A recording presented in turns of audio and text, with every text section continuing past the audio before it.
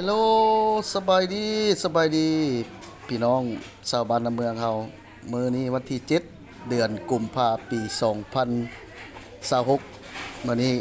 ทางบาวีนากายได้มาออกแรงงานออกแรงงานรวมบ้านก็คือการเฮ็ดเส้นทางซอยเข้าบ้านเนาะซอยทางเข้าบ้านพร้อมด้วยทางพ่อแม่ประชาชนพนักงานทหารรัฐกรของเฮามื้อนี้ออกแรงงานหลายพ่อแม่พี่น้องชาวบ้านนาเมืองของเฮาเส้นทางก็ทั้งหมดอยู่ประมาณ360ปลาย10ปลายเมตรเนาะถือว่าพร้อมจิตพร้อมใจกันชาวบ้านนาเมืองของเฮาก็หลายๆภาคส่วนทางพนักงานแน่ทางพ่อแม่ประชาชนแน่ออกให้งานมื้อนี้เนาะคาดว่าจะให้สำเร็จตามเป้าหมายปูนในจำนวน15ต้นถ้าเฮาก็เริ่มออกให้งานกันไปบาดนี้เนาะเบิกเส้นทางที่เพิ่นปูเรียบร้อยเนาะเป็นเส้นทางเปตงพี่น้องได้มาตรฐานความยาว360ปลายกว่าเมตรและความหนา15เซนเนาะแต่ว่ารถใหญ่รถจักรรถอันนั้นต่างๆเที่ยวสบายพ่อแม่พี่น้องทางโดยการภายใต้การนำพาของทางในบ้านต่อยทางในบ้านซิลิวและอำนาจการปกครองของทางพ่อแม่พี่น้อง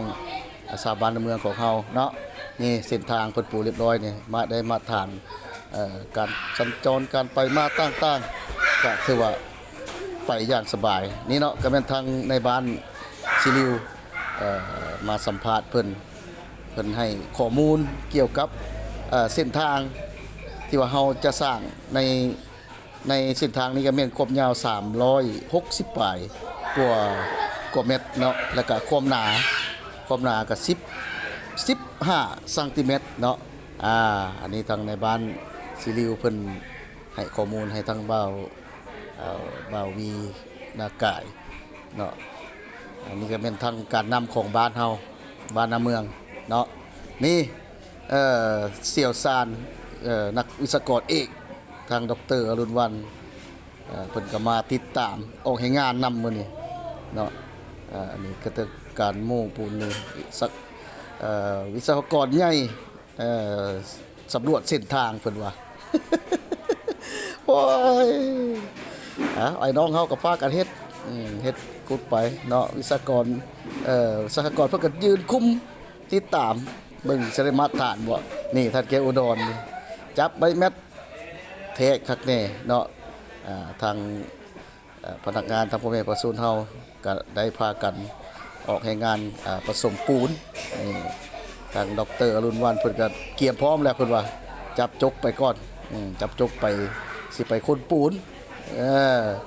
หลังจากนั้นก็แม่นเอาปูนเอาหยังคนเรียบร้อยเฮาก็รอท่าเฮากำลังมักน้ำอยู่เนาะมักน้ำปูนให้มันเข้ากันพี่น้องเส้นทางมื้อนี้คาดว่าอาจจะได้หลายเติบมื้อนี้เนาะทางพ่อแม่ประชาชนพร้อมจิตพร้อมใจกันพ่อแม่พี่น้องชาวบ้านในเมืองเพื่อว่าจะเป็นเส้นทางการไปมาต่างๆสะดวกสบายนี่การนำใหญ่เฮา